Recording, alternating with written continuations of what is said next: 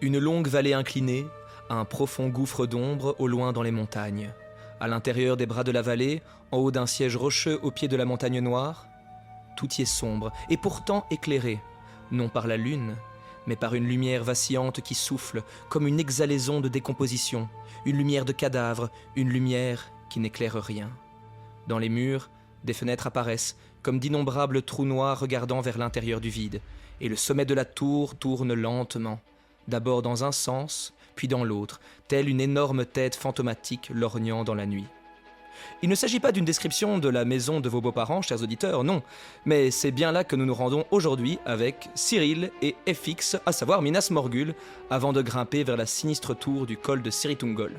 Bonjour à tous, et bienvenue dans ce nouvel épisode des Pages du Milieu. Ah, mais dis donc, quelle intro inédite. Mais enfin, de l'originalité à chaque fois ici. Julien nous fait des surprises, on s'ennuie dans ce podcast, alors il change tout. On tente de pimper un petit peu, et de vous amener en tout cas dans cet univers de plus en plus sombre et effrayant, terrifiant, Ténébreux, je dirais. Ouais. que nous rentrons quand même dans le territoire du Mordor. Ah, c'est vrai. C'est vrai. On se sent déjà un peu au Mordor, nous ici à Bruxelles, où nous enregistrons cet épisode. Il fait lourd, il fait chaud, ce qui pourtant n'est pas la température du Mordor.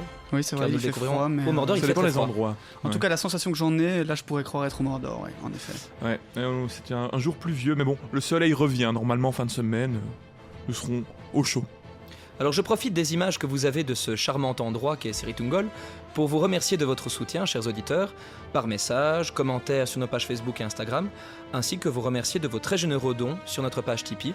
Cela nous aide et nous touche énormément. J'espère que vous appréciez toujours le voyage en notre compagnie, malgré les terres de plus en plus atroces visitées. Alors, sans plus attendre, commençons ce chapitre qui va nous faire plonger un peu plus loin dans les ténèbres du monde. Aux confins du monde connu, à la lisière de la folie, des escaliers secrets vertigineux jusqu'à l'antre d'une créature inconcevable, la guerre est sur le point d'éclater et nos hobbits empruntent des chemins toujours plus sombres pour atteindre la montagne du destin et détruire l'anneau unique. L'ascension des Semium sur l'Eiffel-Duat, c'est tout de suite dans les pages du milieu. Chapitre 8 : Les escaliers de Sirithungol.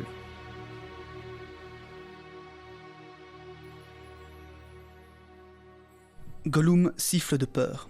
Il est impatient. Pour lui, il ne faut pas rester ici. Frodon détourne à regret le regard de l'ouest pour s'enfoncer dans l'est derrière son guide. À côté d'eux, s'élèvent de grandes montagnes noires. Maintenant qu'ils ont quitté l'Ithilienne, le fardeau de Frodon tire sa tête vers le bas de Rochef. Enfin, après quelque temps de marche éprouvante pour les deux hobbits, il lève la tête et devant lui, la cité des esprits servants de l'anneau. Une vallée en longue pente qui remonte loin dans les montagnes. Sur le côté opposé, à quelque distance, haut perché sur une assise rocheuse des courbes noires de l'Eiffel-Duat, se dressent les murs et la tour de Minas Morgul. Autour, tout est noir, mais la ville brille d'une lumière fétide et vacillante. Les fenêtres semblent donner sur le vide et l'assise supérieure de la tour pivote lentement, d'abord d'un côté puis de l'autre, énorme tête spectrale observant dans la nuit.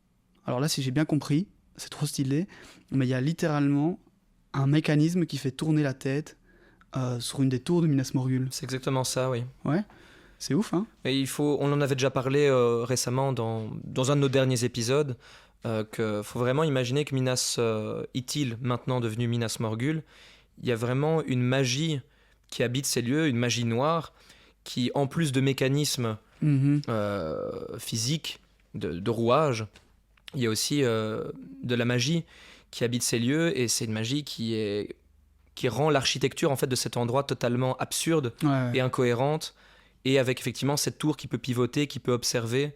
On avait, je pense pas dire une bêtise, Cyril, qu'il y a bien un palantir dans la tour de Minas Morgul. Ah oui. Bah voilà, je crois que c'est aussi par rapport à ça, comme on avait expliqué dans l'épisode du palantir, que le palantir, il peut observer en fonction de sa direction. Son incliné... Ouais, c'est ça, sa direction. La direction dans laquelle on oriente le palantir permet d'observer. Donc ce n'est pas du tout illogique d'imaginer que cette tour peut tourner également à cet effet. Et d'ailleurs, par la suite dans l'épisode, Sam expliquera qu'il a la sensation d'être observé, et que si la tour, et s'ils se mettent trop longtemps aux yeux de cette tour qui pivote, la tour va les repérer. Ouais. Non pas que ce soit juste des simples orques qui peuvent regarder à travers des meurtrières, mais qui a un pouvoir plus puissant qui arrive à traverser les murs, les roches, et pourrait les apercevoir. En tout cas, c'est comme ça, en effet, que toute cette ville va être dépeinte dans ce chapitre, on va le voir un peu plus loin. Cette espèce de magie inhérente. Par contre, on est sûr qu'il y a un Palantir à Minas Morgul. Je pense qu'il a été perdu. Hein. Il n'y en a plus qu'un au Mordor, oui. Mais pas à Minas Morgul pour moi. Il y en avait un au Mordor. Mais si, en fait. Qui a été récupéré de Minas Morgul. Et au Mordor, en fait, il a été récupéré. Oui, voilà, c'est ça. Donc peut-être qu'il n'y en a plus maintenant. Mais il en avait un. Il est dans la tour de Sauron. Oui, voilà. Mais il vient de Minas Morgul, celui qui l'a récupéré. Là, on se comprend, mais D'accord, il c'est est ça. plus là. Très Il bien. n'y est plus à ce moment-là. Mais pour cette idée d'être observé, c'est vrai que. Même on le verra dans le chapitre suivant, je ne vais pas spoiler, mais avec cette créature aux pattes velues, il y a vraiment souvent cette idée que le mal a vraiment une possibilité d'être présent comme invisible et de... Il est totalement palpable dans cette région et ça, ce n'est pas énormément développé dans le livre du Seigneur des Anneaux, mais dans d'autres écrits, dans des lettres de Tolkien+. Et j'étais pas mal sur Reddit ou sur le site Quora, parce qu'il y a plein de gens qui se posent des questions sur ce site-là, sur notamment l'univers du Seigneur des Anneaux.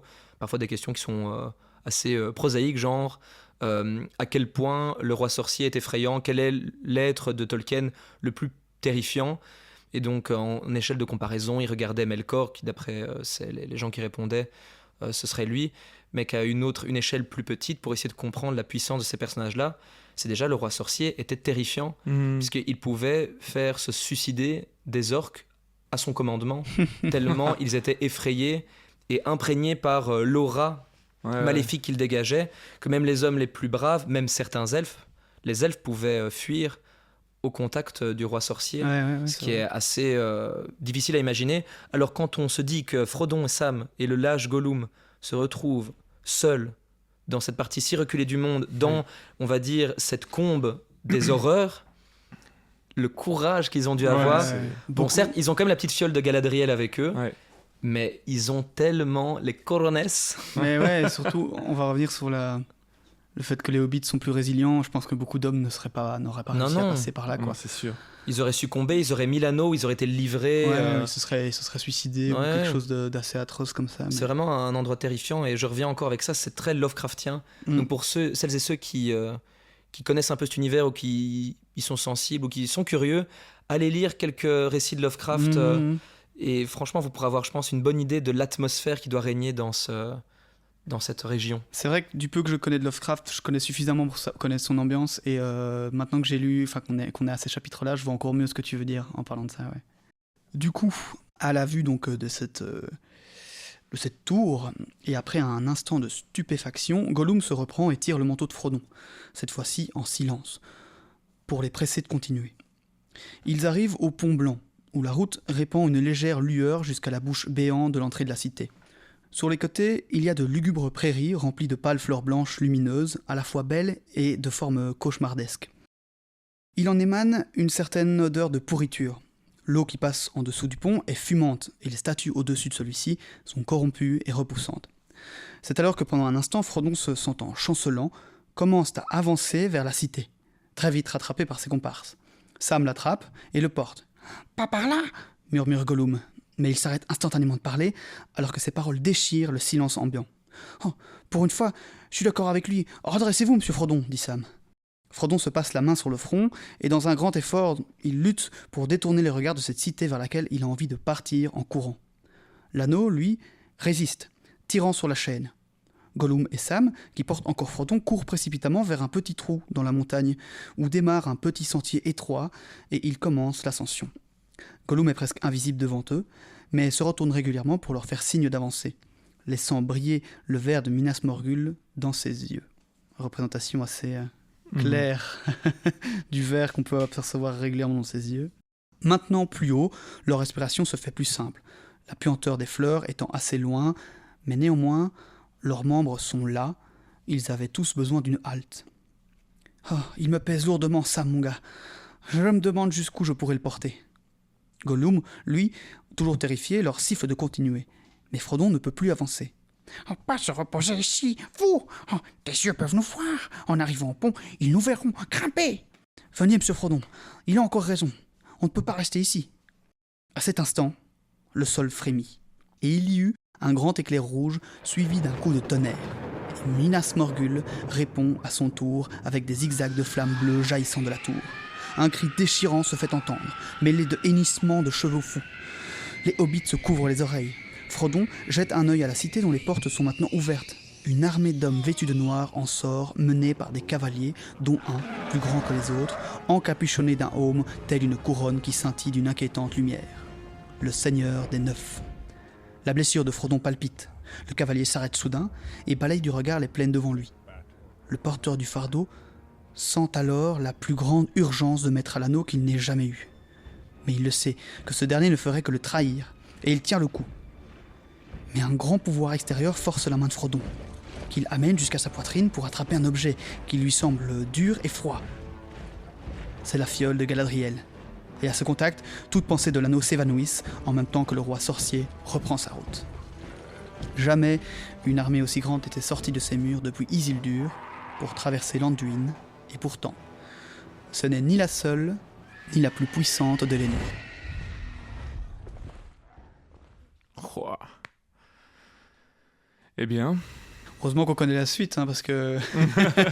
On va commencer On à s'est rentrer inquiété, dans hein. les chapitres du côté de Frodon et Sam, où presque à la fin de chaque chapitre, tu penses que tout est perdu.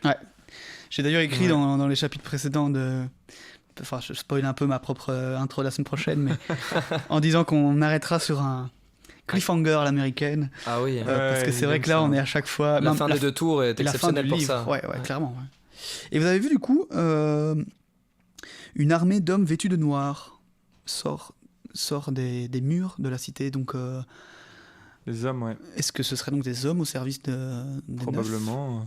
Certainement des hommes corrompus ou même peut-être des... Oui, ou des orientaux et des sudrons, C'est ça, ou quoi que ce soit, mais qui en tout cas ont été revêtus d'une, tu vois, on va dire d'un peu des couleurs des... Ouais. Enfin, je trouve ça cool, assez stylé comme Ils ont leur image. maillot personnalisé, Ouais, avec leur numéro avec dans- leur numéro dans le dos. Mais je me demande si dans les films, ils ont juste tapé des orques ou si c'est Oui. aussi... Oui, il y a que des orques. Voilà, Ils c'est ont que ça. des je voulais orques, oui. me Mais demander. la partie hommes méchants dans les films est beaucoup moins exploitée, hein. On met des orques pour comprendre que c'est vraiment les méchants. On voit à peine des hommes aller sur les bateaux et aussi à Isengard, mais on les voit même pas vraiment dans la bataille contre le gouffre de Helm, alors Oui, qu'ils sont présents. ce que je trouve est une assez bonne décision pour l'univers cinématographique. Ça retire évidemment énormément d'ambiguïté Ouais. à l'œuvre de Tolkien, mais pour une facilité de cinéma, je trouve que c'est pas mal parce que ça permet de montrer vraiment le mal, c'est les orques, tu vois, c'est ces créatures, Oui, oui. et faire les hommes, mettre trop les hommes en avant, ça aurait peut-être réduit Ouais. l'impact. Mais quand vous dites les hommes, vous parlez des hommes un peu on va dire, qui vivaient là de base, ou vous parlez aussi des orientaux et... Oui, des et orientaux, bourgeois des Haradrim, Parce etc. que là, on les voit quand même. Oui, on C'est les vrai voit, qu'on mais les on voit. passe pas Surtout dans énormément de Minas temps Tirith. dessus, tu vois. Oui, mais je trouve qu'ils sont quand même représentés. On les développe pas non plus. Par Ouais. exemple, les Duneland, enfin c'est plus les Dunelandais à ce moment-là. Quoi Ceux qui vont prêter main forte aux forces de Saruman. Si, On c'est les- les Ah, c'est encore Dunelandais, les Dunelandais, bah Et voilà, eux, on en voit un se couper la main. voilà, notamment. eux on le Euh, voit, mais c'est surtout dans la version longue ça. Et sinon, on voit plutôt Saruman les monter contre les Rohirrim. Oui, c'est ça. Donc on peut se dire, c'est pas de leur faute.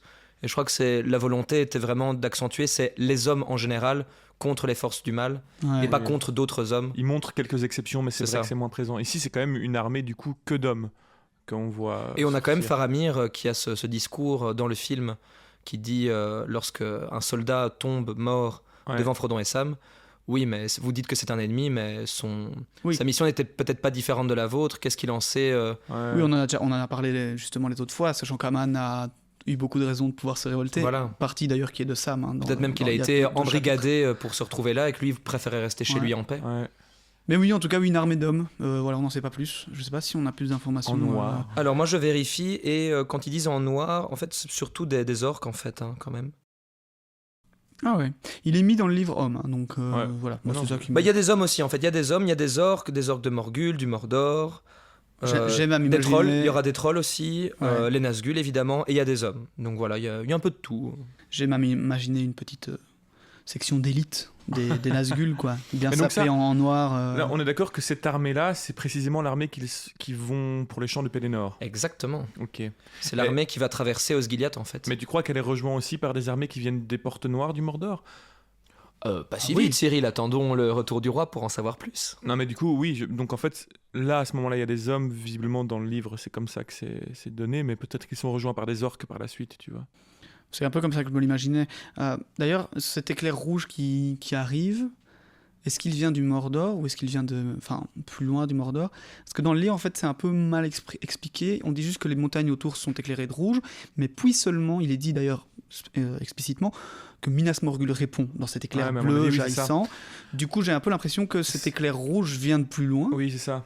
et que c'est le début de la guerre et que eux aussi vont envoyer C'est des ça, armes. je pense que des c'est armées, vraiment quoi. le départ des armées globales Global, de ouais. Sauron, quoi. Mais il faut se dire que Sauron, à ce moment-là, il est extrêmement pressé par le temps. Oui, Donc c'est parce qu'il a vu dans le Palantir Pipin qu'il pense qu'il a l'anneau et qu'en faisant ses déductions, il se dit que bon, allez là c'est le moment, il faut tout lâcher parce que je ne sais pas si c'est Saruman qui l'a, si l'anneau va aller au Gondor ou quoi ou qu'est-ce. En tout cas, il faut que j'attaque maintenant. ouais. Donc il est possible que il envoie déjà des armées du Mordor. Oui, c'est ça, à mon avis, Il ne vide pas encore totalement le Mordor, sinon Non. il aurait pu anéantir Minas Tirith. Ouais. Mais ça commence déjà à se vider. Ouais. Et juste avant de reprendre, petite note par rapport à une petite phrase que Frodon dit dans ma partie là, qu'il adresse à Faramir, un peu en mode voilà, le combat commence quoi. Et je pense que c'est aussi ce genre de petites phrases qui ont été repris. Celle qui est dite par Gandalf à Pipin dans le Retour du Roi. Ouais, dans Minas Tirith, en mode. Oui, quand on voit la tour qui envoie une lumière dans le ciel. Voilà, en mode ça commence quoi. Ouais. Bon, c'est pas le So It Begins de Théoden. Stylé de Théoden, mais j'ai clairement vu la phrase prise dans le livre et attribuée à quelqu'un d'autre, toujours envie de le noter.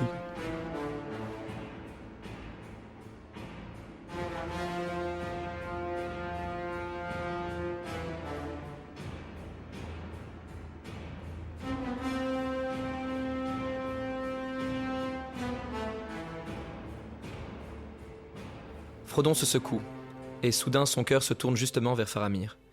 Il pense à la guerre qui est en train d'éclater, à toutes ces armes en route pour Osgiliath. Le jeune capitaine s'en sortira-t-il? Qui pourra tenir tête au roi des Neufs et aux autres armées qui le rejoindront? Le désespoir l'envahit, tout lui semble perdu, et il se surprend à penser que même s'il accomplissait sa mission, personne n'en saurait rien. Accablé par sa faiblesse, il se met à pleurer, et l'armée de Morgul continue de traverser le pont. Puis, très loin, comme sorti des souvenirs de la comté, il entend la voix de Sam. « Réveillez-vous, monsieur Frodon! Réveillez-vous! Réveillez-vous, monsieur Frodon! Ils sont partis !» Les portes de Minas Morgul se referment alors avec un lourd son métallique. Le dernier rang de lances a disparu sur la route. La tour se dresse toujours, sinistre de l'autre côté de la vallée, mais la lumière s'affaiblit à l'intérieur. Toute la cité retombe dans l'ombre noire et le silence. « Monsieur Frodon, ils sont partis et on ferait bien d'en faire autant. Il y a quelque chose qui vit encore là-dedans. Une chose qui a des yeux ou un esprit doué de vision, si vous voyez ce que je veux dire. Et plus nous restons au même endroit, plus vite elle nous tombera dessus. » Voilà, ça c'est ce qu'on disait. Ouais, c'est vrai que c'est assez probant aussi, quoi. Frodon se lève avec difficulté, non pas qu'il se sente encore faible, mais plutôt à cause du désespoir qui ne le quitte pas. Voilà, ça c'est encore... on sent vraiment qu'il y a quelque chose qui est très prégnant dans cette vallée. Il y a une force, au-delà de l'anneau qui l'attire évidemment vers Minas Morgul, il y a quelque chose qui démotive, effraie les hommes et leur inspire le désespoir. Peu importe que quiconque sache ce qu'il accomplit au final, il doit le faire. Il saisit son bâton d'une main et la fiole de Galadriel de l'autre. Quand la lumière jaillit à travers ses doigts, il la fourre dans sa chemise et la tient contre son cœur. Puis, se détournant de la cité de Morgul, qui n'est plus à présent qu'une lueur grise au-delà d'un gouffre sombre, il s'apprête à prendre la route ascendante. Gollum est déjà parti en rampant le long de l'arête dans les ténèbres d'au-delà, dès le moment où les portes de Minas Morgul se sont ouvertes. Il revient alors, comme si de rien n'était, pour presser les hobbits de le suivre. Ils ne répondent pas et l'accompagnent jusqu'à la corniche montante. Elle ne leur plaît guère. Le sentier atteint bientôt un angle arrondi, où le flanc de la montagne se bombe de nouveau, et là, ils pénètrent soudain dans une étroite ouverture du rocher. Ils sont parvenus au premier escalier dont Gollum avait parlé et commencent leur ascension. L'obscurité est presque totale, et ils ne voient guère plus loin que leurs mains tendues. Lorsqu'ils se retournent vers eux, les yeux de Gollum brillent d'une lueur pâle, à plusieurs pieds au-dessus d'eux. « Attention !» murmura-t-il. « Des marches, un tas de marches, faut faire attention !» Gollum n'a pas tort. Cet escalier ressemble en fait plus à une échelle. Les marches sont étroites, inégalement espacées, usées et lisses au bord, parfois brisées, et l'immense vide noir derrière eux s'épaissit à mesure qu'ils progressent. Une erreur, et c'en est fini pour eux. Alors, juste pour le fun, je me suis amusé à regarder quelle était la hauteur de l'escalier de Siritungal, Allez, les petites qu'il avait créé, etc. informations géographiques de Julien. Les créateurs sont inconnus, ou le créateur est inconnu de cet escalier. Cela peut avoir aussi bien été creusé par les serviteurs de Sauron ou par des Gondoriens pour permettre un passage entre Minas Ithil, quand il appartenait encore au Gondor, et la tour de Siritungal, qui, on vous le rappelle, avait été créée par le Gondor pour surveiller cet accès au Mordor. En tout cas, même si on ne sait pas qui l'a créé, c'est un très ancien passage et qui est connu des orques. Donc les orques savent qu'il y a cet escalier qui se trouve là, même s'ils ne le surveillent pas, sachant très bien qu'il y a Arachne au-dessus. Ouais. Et qu'il est presque impraticable au final cet escalier. En tout cas, une armée ne pourrait pas le franchir et aucun voyageur ne se risquerait normalement à l'emprunter. Ouais, c'est quand même curieux, je trouve ça curieux qu'ils aient créé cet escalier, puisqu'en fait, on le verra aussi la semaine prochaine quand on parlera un peu plus de cette araignée velue. Mhm. Mais elle est présente dans cet endroit depuis bien avant Sauron. Ouais, oui. Et donc probablement bien avant qu'on crée cet escalier aussi, parce qu'on verra qu'elle a une longue histoire et qu'elle vient de très loin, même du Beleriand, je peux vous dire.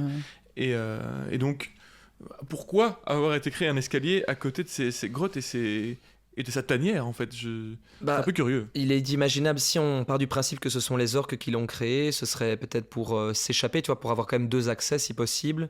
Si c'est les Gondoriens, peut-être que les tunnels quand même de l'araignée font environ 3 km. Ouais. Donc tu vois, il y a moyen peut-être de se trouver des passages ou d'avoir un chemin balisé. Mhm. Et peut-être que c'était pour faire passer quelques marchandises, des choses légères. Risqué, quoi. Mais risqué tout de même. Alors, en tout cas, c'est un très très ancien escalier, hein, parce que là, il est dans un état lamentable. Ouais. Il passe d'office par, on passe d'office par les tunnels d'Arachne Ah non, quand on non, arrive non. en haut. Non, pas On peut forcément. passer- on peut pas passer à forcément. côté, hein, Mais c'est il ça. passe peut passer à à côté. côté, quoi. Ouais. Mais t'es quand même à côté et Arachne, elle peut en sortir. Oui, c'est sûr, ouais. Donc ça, c'est pour l'origine de cet escalier. La hauteur, je me suis référé encore une fois à l'Atlas de la Terre du Milieu.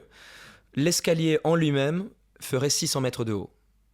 Donc vous vous imaginez grimper un escalier qui ressemble plus à une échelle de 600 mètres de haut, Ouais. avec C'est le comme dans les vide films, derrière quoi, eux. hein, c'est vraiment- On a toujours un peu plus difficile à mesurer, je trouve, l'importance dans le film, même si ça a l'air très très haut. Tu vois surtout que c'est très très C'est très pentu. raide. Ouais. Et que ça, t'as la pas du pente, tout envie de- justement, je vais y venir. Donc là, l'escalier fait 600 mètres de haut. Le sommet de la montagne, là, à l'endroit où se trouve Siritungal, ça, c'est 1000 mètres.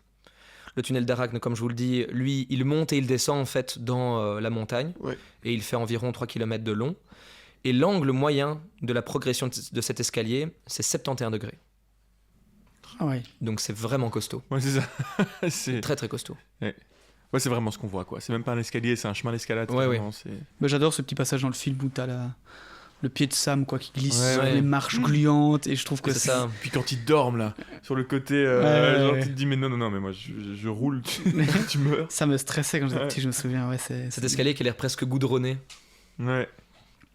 Tiens, je vois quand même ici des images sur le net de Siritungal qui sont de la tour d'en haut, je suppose, hein, mais qui sont quand même imposantes, quoi. C'est pas juste une petite tour. Non, Siritungal, c'est une... Ah ouais. Ah, c'est une, Presque un c'est petit une château, ville quoi. magnifique, hein, de base. Une ville, quand même, tu dirais, Ah toi, oui, pour la... c'est une cité, en tout cas. Siritungal, pas Ah, Minas pardon, Morgul, hein. Siritungal. Oui, excuse-moi, Pas je pensais à Minas Minas Morgul, oui. Mais je vois quand Non, même j'ai ici tout à une fait. tour avec 3-4 murs d'enceinte là-haut, dans la montagne. Enfin, ouais. Ouais. Bah, ça a été assez bien rendu aussi au cinéma. hein. Ouais. Ouais, on la voit, la tour. Ah oui, c'est Ouais, aussi, on la on voit la voit. C'est la tour où est emprisonné Frodon. Ouais, bien sûr. Enfin, juste au moment où ils se sentent incapables d'en endurer davantage, ils voient les yeux de Gollum se tourner encore vers eux d'en dessus. Nous sommes arrivés en haut. Murmure-t-il. Le premier escalier est passé. Habile Hobbit d'avoir grimpé si haut. Très habile Hobbit. Plus que quelques petites marches, et c'est tout. Oui. Exténués, Sam et Frodon gravissent à la suite tant bien que mal la dernière marche et s'assoient pour se frotter les jambes et les genoux. Un sombre passage semble continuer à monter devant eux. Pas le temps de se reposer. Il y a encore un autre escalier. Un escalier plus long. Oui, les hobbits ont gravi l'escalier droit. Après, il y a l'escalier en lacet. Et après, on arrive où? Au tunnel. Oh oui. Frodon frissonne et est affecté par l'air de plus en plus lourd. Il a l'air un peu fétichiste, ton Gollum. Il aime bien les tunnels, Gollum. Les choses qui montent, les tunnels, il aime bien les petits hobbits grassouillets. Quand tu le fais, je l'imagine souriant, là, comme ça, en train de se caresser le Le torse, avec ses 3 poils dessus. Dans son petit pagne. Un peu comme dans ce Spark, je sais pas si vous... cet Oui, je épisode vois où- très bien. Où il retire Oui. la Il poche se de caresse leur... les tétons. Oh non, je suis tellement désolé. Le tunnel. Il faut surtout penser, parce qu'on pense à Gollum et à son pagne, mais pensez surtout au pauvre hobbit qui se trouve juste sous Gollum. Oui. La vision d'horreur. Oh mon dieu. Passer de Minas Morgul à ça, De cet escalier à 70 degrés. où ça se balance de gauche à droite. Ne regardez pas en bas, monsieur Frodon. Ne regardez pas au-dessus non plus. C'est un bon témoin pour suivre, tu sais, c'est un peu comme dans les groupes de touristes. C'est la petite lanterne. Non, mais des groupes de touristes, ouais, ils mettent un Un truc dans parapluie, l'air. oui, ouais, Mais ouais. là, c'est le pagne de Attendez, je ne vois plus la chose de Gollum. Ah, c'est bon, il est là. Frodon frissonne donc et est affecté, en plus de la vision de Gollum et de son pagne, il est affecté par l'air de plus en plus lourd. Le passage semble se poursuivre sur des milles et l'air froid les balaie toujours. Donc voilà, on a déjà la première mention de cet air qui est froid. Même si on est au Mordor, on rentre dans le Mordor et qu'on Ouais. est dans des terres dévastées, arides et volcaniques, il fait particulièrement froid. Comme si les montagnes tentaient de les décourager. Ils savent qu'ils sont arrivés, et d'ailleurs, bah oui, pourquoi je m'arrête pas là-dessus, comme si les montagnes tentaient de le décourager. Exactement On comme revient encore un peu avec cette montagne, oh je perds le nom, le Montréal, Personnifié. le col de Caradras. Col de Garde. Donc, les montagnes ont-elles des sentiments? Ou sont-elles empreintes de la magie de ceux qui en sont proches? Levons le tabou sur les sentiments des montagnes. Ils savent qu'ils sont arrivés à la fin de cet escalier quand ne sentant plus de mur sur leur droite. Ils n'y voient presque rien. De grandes masses informes et de profondes ombres grises se dressent devant eux. Il leur semble avoir grimpé à une large corniche. À gauche d'eux, une paroi à pic, et à droite, un abîme. Gollum les mène tout contre le mur. Ils ne montent plus, mais le sol est plus dangereux dans le noir, et il y a sur le chemin des blocs de pierre écroulés. Leur progression est lente et pénible. Depuis qu'ils ont pénétré dans la vallée de Morgul, ils ont perdu toute notion du temps, et la nuit paraît interminable. Enfin, et de nouveau, un escalier s'ouvre devant eux. Encore une fois, ils se mettent à grimper. C'est une ascension longue et fatigante car ce sentier monte en zigzag sur une face de montagne pentue. En un point, ils rampent de côté jusqu'au bord même du sombre précipice, offrant à Frodon une vision effrayante du vide derrière eux. Toujours plus loin, toujours plus haut, toujours plus Fort Boyard, l'escalier tourne et grimpe jusqu'à ce qu'enfin, après une dernière volée, il débouche sur une autre surface de niveau. On peut l'imaginer aussi, hein, peut-être qu'il y a Olivier Mine qui se trouve à c'est certains ça. checkpoints. Oh mon dieu. Prends la clé, Gollum, La clé, prends la t'as clé. encore pas- Il te reste 2 minutes. Sors de la caverne, sors de la caverne. Parce qu'au final, on a les deux passe-partout avec nous. Non, je vais trop loin, Ah je ouais. vais trop loin. Ouais, Julien est en forme aujourd'hui, c'est bien. C'est bien, j'espère que vous appréciez. Julien en forme. Voilà. Autant Nous, que nous, on l'apprécie. autant qu'on l'apprécie. En plus, il a une belle coupe de cheveux. Vous ne le voyez pas, mais Le sentier se détourne du passage principal dans le grand ravin pour suivre à présent son propre cours au fond d'une crevasse moins importante parmi les régions les plus élevées de l'Eiffel du Hatt. Les hobbits peuvent vaguement discerner de part et d'autre de hauts piliers et des arêtes déchiquetées entre lesquelles se creusent de grandes crevasses et fissures plus noires que la nuit, là où des hivers oubliés avaient rongé et sculpté la pierre privée de soleil. La lumière rouge qu'ils apercevaient déjà plus tôt et dont on avait fait mention est fixe, et par intermittence au loin dans le ciel est à présent plus vive, mais il ne saurait dire s'il s'agit du matin qui approche ou des flammes de Sauron. Regardant en l'air, Frodon voit, encore plus loin devant eux et encore plus haut, ce qu'il suppose être le sommet de ce dur chemin. Au loin, dans la crevasse, profondément encaissée entre 2 épaulements noirs, se dresse une tour noire également où y brûle une lumière rouge. Cette tour semble fermer ce long et pénible chemin et éveille la colère de Sam à l'encontre de Gollum, qui semble les conduire dans les bras de l'ennemi. Tous les abords sont surveillés. Oui, Répond Gollum. bien sûr qu'ils le sont. Mais il faut bien que les hobbits essayent d'un côté. Il se peut que celui-ci soit moins surveillé. Peut-être tout le monde est-il parti pour la grande bataille, peut-être. Frodon et Sam s'arrêtent pour reprendre des forces avant le dernier morceau. Ils s'assoient dans une sombre crevasse entre 2 grandes piles de rocs. Frodon et Sam un peu à l'intérieur, et Gollum accroupi sur le sol près de l'ouverture. Les semi-hommes prennent là ce qu'ils pensent être leur dernier repas avant la descente dans le pays sans nom, peut-être même leur dernier repas tout court. Ils consomment un peu de la nourriture du Gondor et des gaufrettes du pain de voyage des elfes, et ils boivent un petit peu. Mais ils économisent leur eau et ne prennent que de quoi humecter leur bouche asséchée. Faramir les a mis en garde de ne pas boire la moindre eau qu'ils trouveraient dans cette région, ce qu'ils ne songeraient d'ailleurs à faire que s'ils venaient à mourir de soif. Mais ils comprennent l'avertissement du capitaine à présent, car tout semble vicié dans ce pays. Et pourtant, c'est bien ainsi qu'est tracé leur chemin. Sam dit alors « On ne devrait même pas être ici, monsieur Frodon. » Mais vous savez, c'est comme dans les grandes histoires. Celles qui importaient vraiment. Celles où il y avait danger et ténèbres. Parfois, on ne voulait pas connaître la fin car elle ne pouvait pas être heureuse. Comment le monde pouvait-il redevenir comme il était après tout le mal qui s'y était passé? Mais elle ne fait que passer au final, cette ombre. Même les ténèbres doivent passer. Un jour nouveau viendra, et quand le soleil brillera, il n'en sera que plus éclatant. C'étaient ces histoires dont on se souvenait et qui signifiaient tellement, même lorsqu'on était trop petit pour comprendre. Mais je crois, monsieur Frodon, que je comprends. Je sais maintenant que les personnages de ces histoires avaient 36 occasions de se retourner, mais ils ne le faisaient pas. Ils continuaient leur route parce qu'ils avaient foi en quelque chose. Et puis aussi parce que sinon cela n'aurait pas fait une très bonne histoire. À cela, Frodon répond que les personnages de ces récits, ceux qui les vivent, ne savent rien de leur destin. Ils ne savent pas qu'ils sont dans une bonne ou une mauvaise histoire, avec une heureuse ou une tragique fin. Et on ne voudrait pas en tant que lecteur qu'ils le sachent. À la manière de Beren, qui n'aurait jamais pensé acquérir un Silmaril dans le pire des endroits sur Terre, et que ce trésor finisse dans les mains d'Erendil. Et d'une certaine façon, une parcelle de cette lumière qui se trouve à présent dans la fiole de Galadriel, en la possession de Frodon, ici, aux confins du pays ténébreux, comme si ces deux hobbits étaient toujours dans la même histoire, ce qui rappelle à Frodon un adage de son oncle. Un jour, Bilbon m'a dit que les grandes histoires ne finissent jamais, que chacun de nous doit aller et venir dans le récit. Mais notre rôle ici semble toucher à sa fin. Je voulais juste m'arrêter là-dessus parce que je trouve que il commence à parler vraiment un peu, c'est presque un discours méta qu'ils ont sur la fiction. Et c'est très amusant parce que effectivement, ils se retrouvent d'une certaine façon dans la même histoire que ces personnages légendaires. Ouais. Et ils s'en rendent compte. C'est presque comme s'ils faisaient coucou au lecteur, parce que nous, ça nous rappelle aussi qu'ils sont effectivement dans la même histoire que ces personnages-là, et peut-être aussi dans la même histoire que nous. Oh. Je trouve ce passage assez amusant. C'est un beau c'est passage. mignon. Quand Tolkien commence à faire du méta, c'est amusant. Parce que il y va pas trop fort, c'est assez subtil. Et puis c'est un moment aussi, ils se réconfortent un peu, et je pense qu'à mon avis, c'est lié, non pas qu'aux souvenirs, c'est lié vraiment à la nourriture qu'ils ont. Ils ont de la vraie nourriture du Gondor, ils ont le pain elfique, et ils ont aussi cette fiole de Galadriel. Je crois que c'est toutes ces petites choses qui ont encore un peu de magie aussi en elles, qui leur permet de survivre. D'avoir un écran de lumière au milieu de ce pays d'ombre. C'est si bien dit.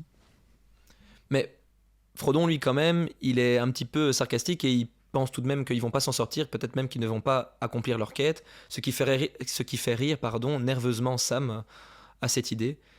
Et il dit alors « Je me demande toutefois si nous figurerons jamais dans les chansons ou dans les histoires. Vous savez, pourrait être raconté au coin du feu, ou lu dans un gros livre avec des lettres rouges et noires, bien des années plus tard. Et les gens diront « Oh oui, écoutons l'histoire de Frodon et de l'anneau, écoutons le podcast des pages du milieu. » Et je répondrai alors « Oh oui, c'est une de mes histoires favorites. Frodon était très brave, n'est-ce pas, papa ?»« Oui, mon garçon, c'est le plus célèbre des hobbits, et ce n'est pas peu dire. » Frodon part alors d'un long rire qui se cogne aux roches parois noires qui semblent les écouter. Un son joyeux qui n'a jamais dû résonner ici depuis que Sauron y règne. Tu as oublié l'un des personnages principaux, Sam Gamgee le Brave. Je veux en entendre davantage sur Sam. Car Frodon ne serait pas allé bien loin sans lui. Oh, monsieur Frodon, vous ne devriez pas plaisanter. Je parlais sérieusement. Mais moi aussi. Ils sourient tous les deux, et Sam pense rêveusement à des jeunes hobbits courant dans les plaines de la comté, rejouant les plus grands exploits de Sam Gamgee le Brave. Il pense à ses futurs enfants, assis au coin du feu. Il pense à Rosie Cotton du quartier sud, à ses rubans dans les cheveux. Et puis il se sent trop bien tout d'un coup et comprend pourquoi. Cela fait un moment qu'il n'entend pas les bruits ineptes de Gollum car ce dernier a de nouveau disparu, et cela n'augure rien de bon, surtout dans ces hauts cols. Il part sans rien dire, et certainement pas pour de la nourriture car il n'y a rien à chasser. Il n'y a pas âme qui vive ici. Enfin, du moins, c'est ce que croient les hobbits.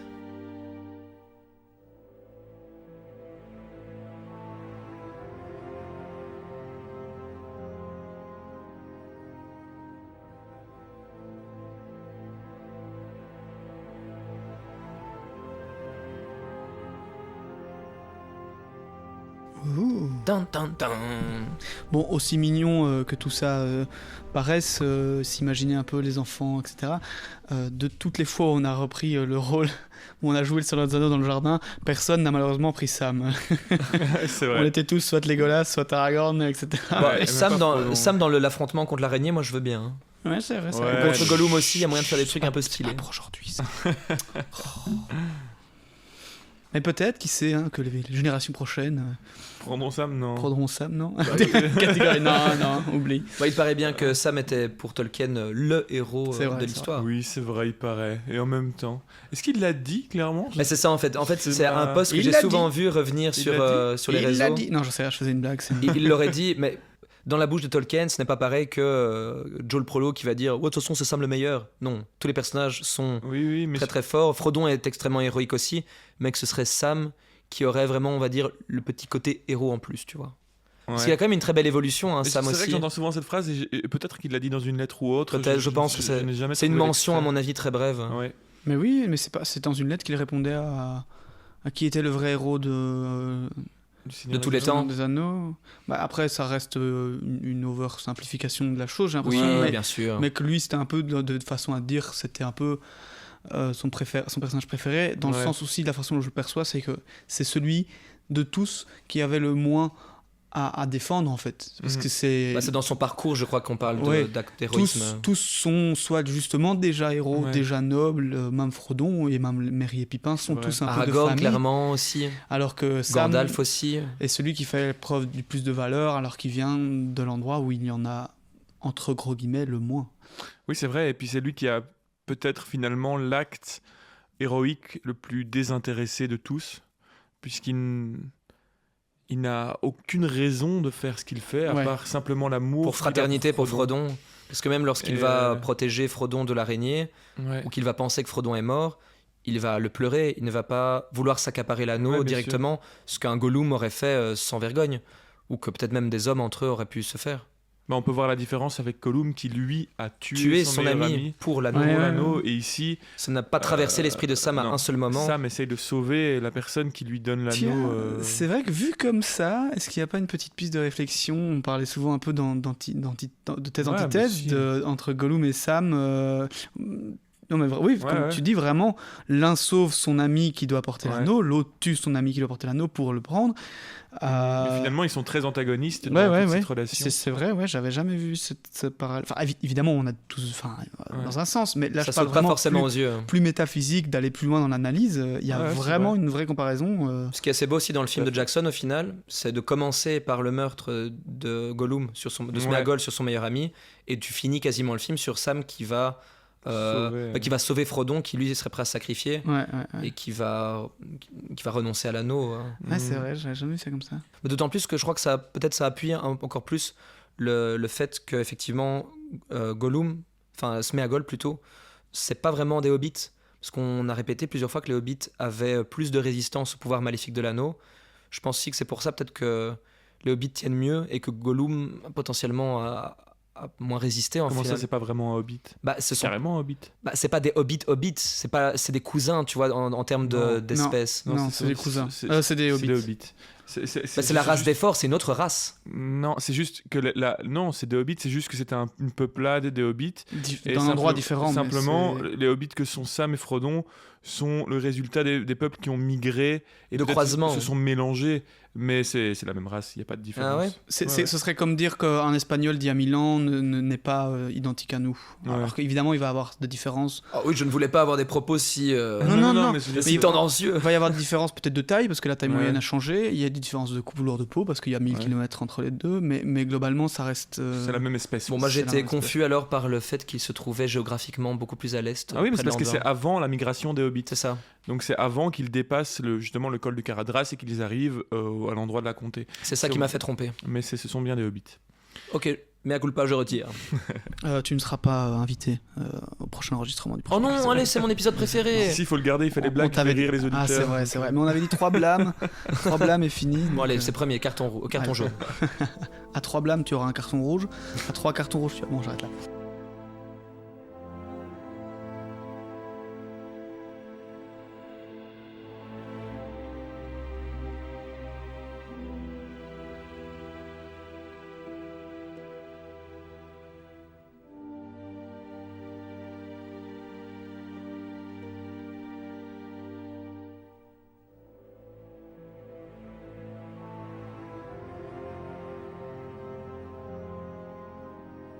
Frodon déclare qu'il ne faut pas s'inquiéter au sujet de Gollum, qui a disparu, car sans lui, il ne serait jamais arrivé aussi loin et il leur faudra donc s'accommoder de ses caprices. S'il est fourbe, tant pis, il est fourbe. Mais Sam, lui, aime mieux la voir à l'œil. Après tout, il fait remarquer à Frodon que Gollum n'a jamais voulu dire si ce col était gardé ou non. Et maintenant, les deux hobbits aperçoivent une tour. Peut-être que Gollum a été chercher les orques à l'intérieur. Mais Frodon ne partage pas l'analyse de Sam. Gollum a eu l'occasion de les livrer aux orques maintes fois durant leur voyage. Il ne voit aucune raison pour laquelle il aurait attendu si longtemps. Et puis, il y a le trésor. Frodon pense qu'une partie de Gollum essaye réellement de sauver le trésor des mains de l'ennemi le plus longtemps possible.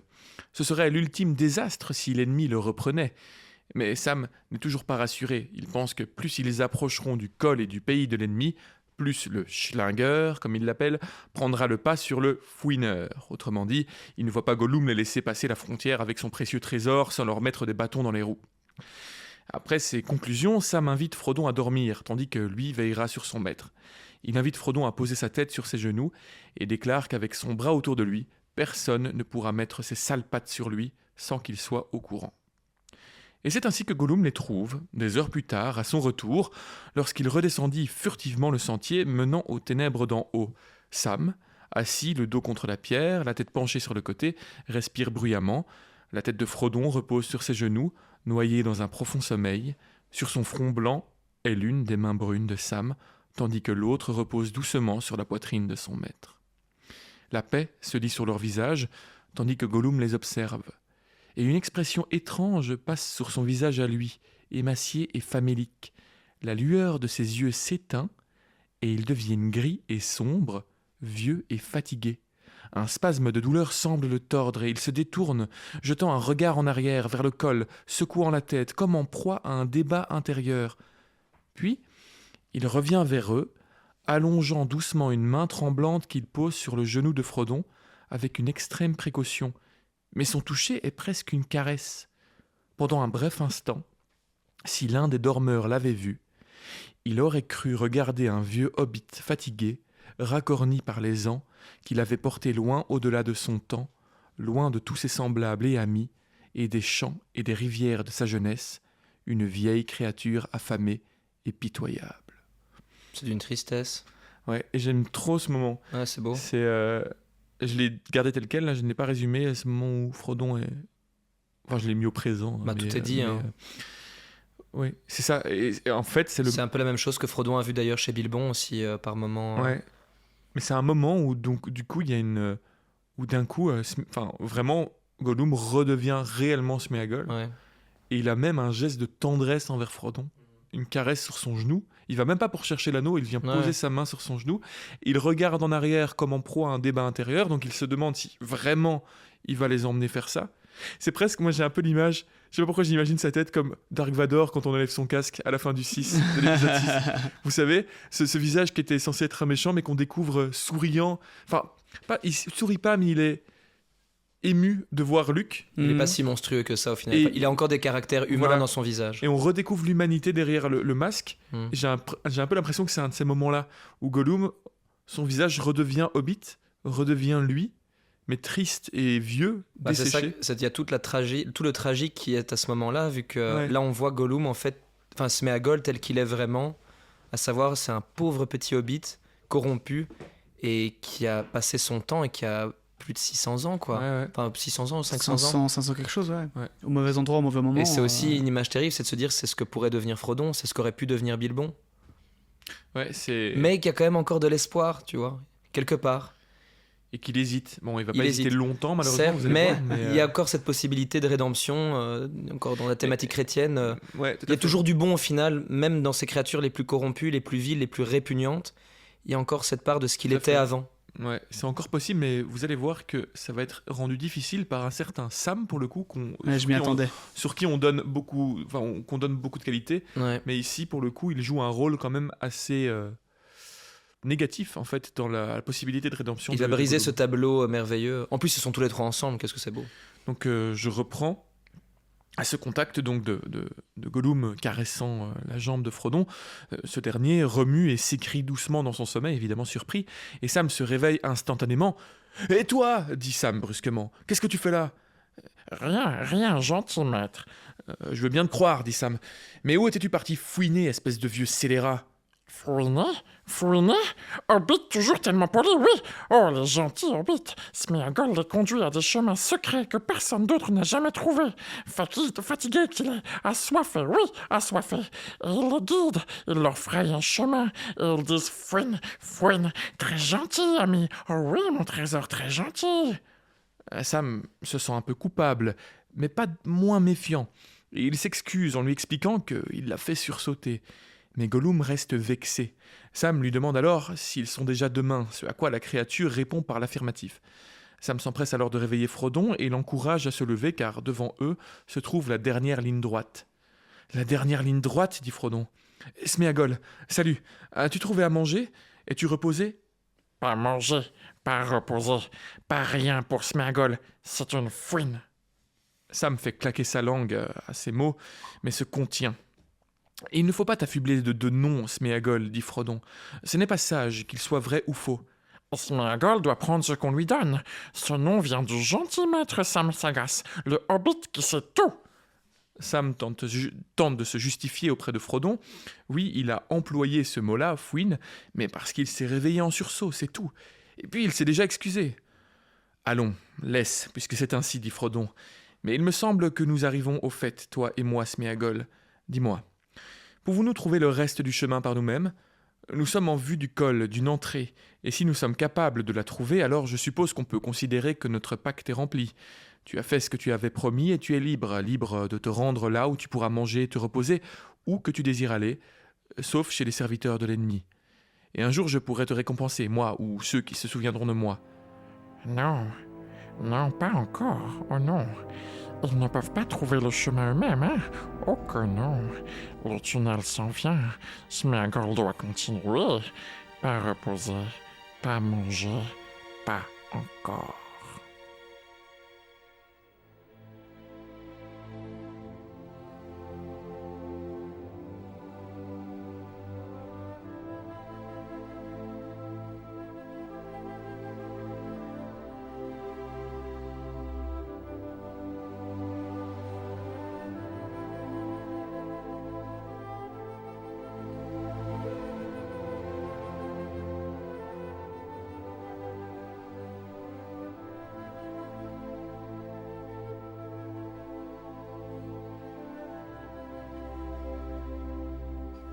Et voilà, et ça Pas c'est encore. pas encore. Et c'est ce que je disais. Alors c'est bon là évidemment je t'ai résumé, mais c'est vraiment marqué.